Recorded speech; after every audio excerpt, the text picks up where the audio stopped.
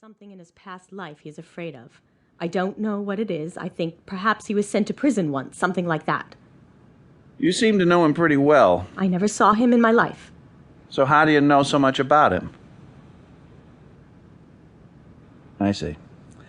Well, can I say I'm representing Harrison Burke? You can't say you're representing anybody. I can raise $5,000. What would you consider a reasonable payoff? I wouldn't consider any payoff reasonable. I told you I don't like to pay blackmailers. But you must have had some experience. I need this handled quickly. From what I hear, Harrison Burke isn't in politics for his health. The magazine publishers probably won't consider $5,000 a drop in the bucket. I could raise 9 or perhaps 10 in a pinch. It'll be a pinch. Come. You can sign that letter anytime you're ready, Mr. Mason. Thank you, Miss Street. All right, Mrs. Griffin, I'll do the best I can. What will your total fees be, Mr. Mason? High, but fair.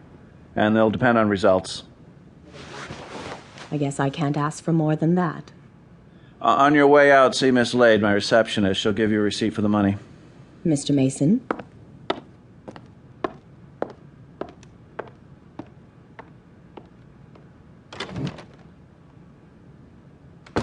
Well, Perry, was I right about her? Right? You mean when you said she was a phony? She is a phony. I looked her up in the book. There's nobody by the name of Griffin living at the address she gave. She's one of those well-kept little minxes who double-cross anybody to take care of herself. She means trouble. To me, Della, she means $500 cash for a retainer. And another $1,500 by way of a fee when I get the thing squared up. I don't know, Perry. I think she's just the kind of a little minx who'd get you into some sort of a jam and leave you to take it right on the button. Possibly. Did you do what I told you in the note, Della? Of course. I called the Drake Detective Agency and told Paul Drake you wanted someone to shadow her as soon as she left the office. Okay. You can bank $300 out of the retainer. I'll keep $100 in my pocket. Paul will find out who she really is, and then we'll have an ace in the hole. And what are you going to do? I am going to talk to Frank Locke, editor of the notorious magazine Spicy Bits.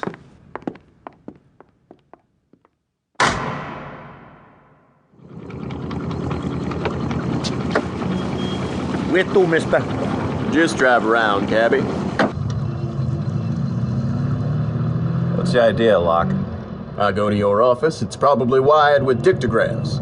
You come to my office, same story. So instead, we just drive around the business section. Sound reasoning.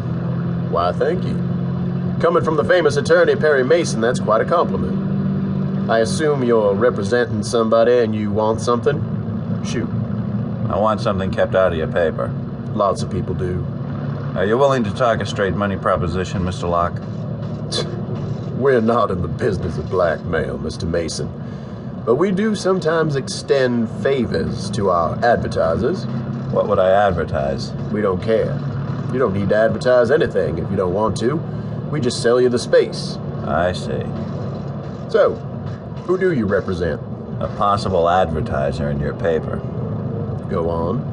There was a shooting at the Beechwood Inn last night. I understand the district attorney's going to make an investigation.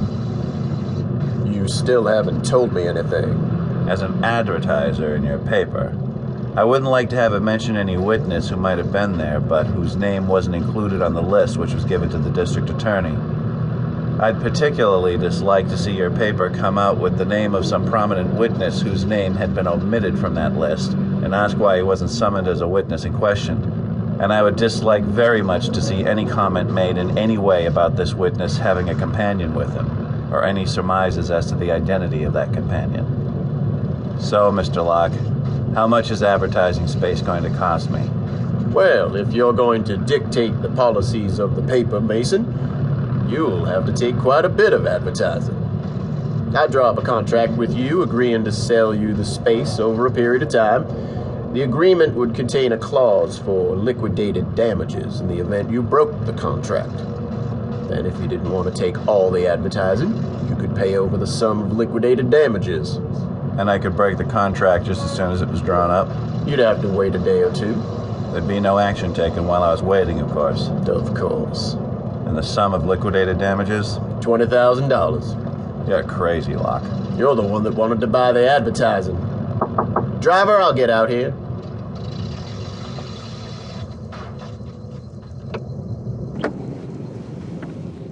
Bear in mind,